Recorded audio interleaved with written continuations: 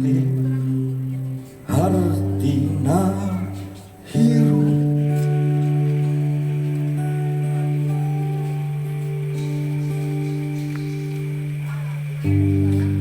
aya nu pasrah narima aya nu baha sumber lamunan arah dagangnya nyerian ku kaperhi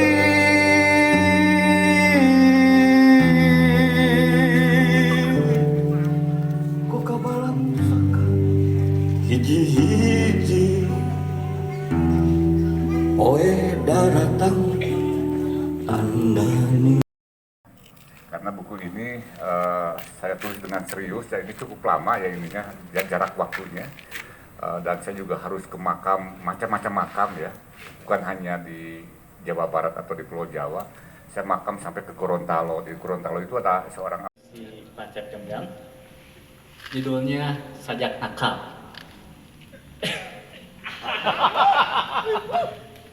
Soalnya tadi banyak yang jorang kan, saya tampilkan yang jorang-jorang nih. Sajak nakal, doaku menyelinap ke dalam kutangmu, seperti tanganku nakal seperti doa. Nah, hal-hal semacam inilah yang kemudian saya mempengaruhi saya kemudian untuk menulis puisi. Dan bukan hanya ini juga, bukan hanya agama-agama lain seperti juga di Bali kan, di Gorontalo itu orang Islam. Lalu juga di Penyengat saya menulis juga tentang makamnya Raja Ali Haji. Lalu juga tentang bagaimana Melayu ya. Nah di luar masalah tema-tema tadi dan juga ungkapan-ungkapan yang saya eksplorasi ya dengan antara visual dan imajinasi antara di hati itu tadi, tapi juga saya sebenarnya di sini mulai bereksperimen bentuk ya. Jika di kumpulan di atas Umbria ya, saya selalu menulis bait-bait yang panjang ya, bait-bait yang panjang yang semacam itu. Di sini saya lebih banyak menulis yang tertib-tertib. Misalnya saya menulis kuatrin yang hanya 4 baris ya, semacam itu. Dan itu membutuhkan disiplin yang ini, karena harus pas, jangan kelebihan dan jangan kekurangan. Lalu juga saya mencoba di sini disticon kan yang 3 baris atau tersina, disticon yang 2 baris, tersina yang 3 baris, dan soneta, ini agak banyak soneta ini. Aulia juga, yang mungkin politisi ini akan senang kalau saya kasih tahu bahwa di makamnya itu ada pasir ya, pasir putih. Dan biasanya politisi ngambil itu untuk jadi bupati atau jadi apa gitu. Cuma jangan dibilang-bilang seperti nanti akan ke sana. Lalu juga saya ke makam leluhurnya Gobel ya. Gobel itu Rahmat Gobel itu kan pernah jadi menteri, tapi itu pengusaha radio ya. Dulu tuh merek radio nasional Gobel itu ternyata juga itu seorang aulia juga ininya, kakeknya itu.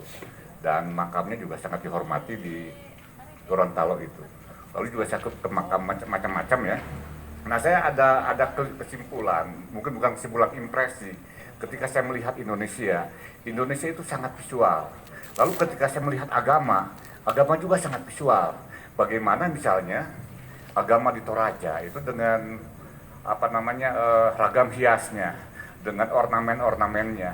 Bahkan ornamen-ornamen itu bukan hanya rupa yang dilukis ya, tapi juga sesuatu yang sangat luar biasa. Misalnya ketika kita masuk ke Londa itu adalah sebuah gua yang isinya mayat-mayat yang dikeringkan ya, diawetkan dan macam-macam. Lalu mayat-mayat anak kecil itu digantung di batu-batu dengan ragam hias macam-macam.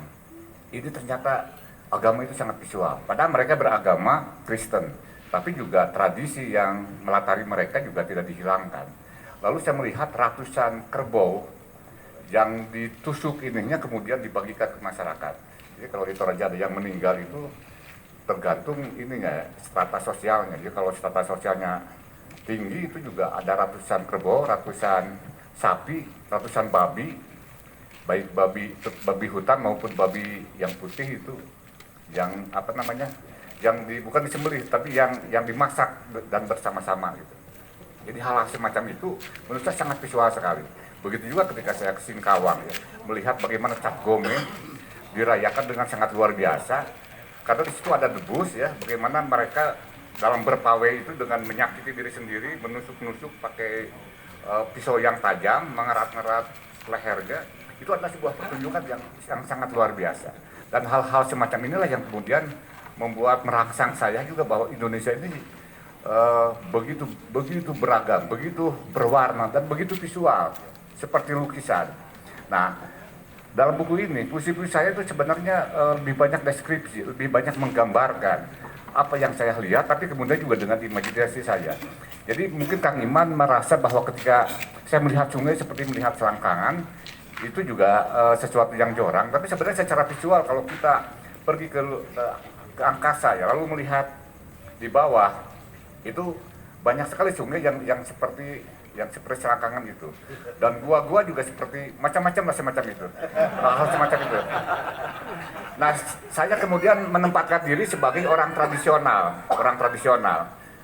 Di Priangan Timur ini banyak sekali nama-nama kampung yang mungkin juga untuk hari ini dianggap jorang ya. Di Banjar itu ada Tepung Kanjut. Nah, itu ada gambaran visual. Bagaimana dulu ada ceritanya di situ. Orang Mataram, seorang pangeran dari Mataram, kemudian bertemu dengan seorang pemuda dari Sunda. Karena memperebutkan seorang perempuan, akhirnya ketemu di bukit itu. Dan kemudian bukit itu dinamai Tepung Kanjut, bertemunya dua kanjut. Semacam itu. Lalu juga ada Legok Hangser, ada macam-macam lah. Di juga ada Bojong Kenyot dan lain sebagainya. Bahwa orang tua kita dulu secara tradisional, dia menamai kampung atau menamai sesuatu itu dengan visual, dengan penglihatan. Dan ternyata bukan hanya di Sunda, karena di Sunda ini banyak sekali, apalagi Bojong Kenyot, terus di Kuningan itu ada Kampung Bau ya. Di Garut ada Kiara Bau. Itu juga karena mereka melihat visual. Kiara itu adalah pohon beringin, jenis pohon beringin yang ada sulur-sulurnya. Dan dia bayangkan, wah ini seperti bau, lalu dinamai Kiara Bau ya. Jadi semacam itu dari visual, dan itu banyak sekali. Saya pernah nulis esai tentang ini ya. Jadi saya data itu nama-nama kampung yang seperti itu, yang seolah-olah porno, tapi sebenarnya itu secara visual ya. Dan ketika di Singkawang itu ada sebuah gunung namanya Gunung Puting. Saya agak penasaran. Lalu saya diantar untuk melihat itu. Ternyata Gunung Puting itu karena puncaknya itu seperti puting payudara itu. Makanya ada ungkapan bahwa bukit-bukit seperti payudara itu, karena memang itu secara visual memang bentuknya seperti itu. Nah, jadi pertama di situ ya. Lalu juga mungkin ini apresiasi saya terhadap keragaman Indonesia, karena saya juga terharu ketika memasuki sebuah vihara, apalagi vihara yang di Singkawang itu ya, itu sangat luar biasa. Kepada seorang penyanyi dangdut, di tengah melambungnya harga-harga, suaramu semakin merdu saja. Di tengah membengkaknya hutan negara, wajahmu semakin cantik saja. Di tengah ruwetnya masalah sosial, politik, dan agama, tubuhmu semakin sintal saja. Di tengah merebaknya teror dan berbagai bencana, goyanganmu semakin heboh saja. Di tengah langkahnya pemimpin yang bisa dipercaya, kehadiranmu semakin berarti saja. Di tengah terpuruknya kehormatan bangsa, hargamu semakin melambung saja. Terima kasih. Wassalamualaikum warahmatullahi wabarakatuh.